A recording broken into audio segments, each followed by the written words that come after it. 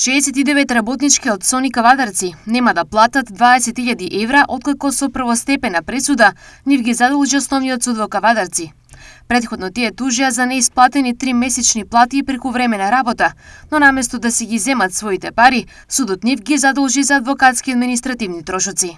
Јавноста треба да знае дека сепак нивната адвокатка Даница Милкова и работничките 69 работнички кои што не земале плата им беше досудено 20.000 евра судски и адвокатски трошоци, дека биле цело време во право. Адвокатката си ја знаела работата и и овде ќе речам дека иако ја добивме веста вчера пред 8 мартовски, тие ми се на некој начин олицетворение на овој 8 март годинава што го одбележуваме. Одлуката е добиена на 8 март, поради што од Гласен текстилец се особено задоволни.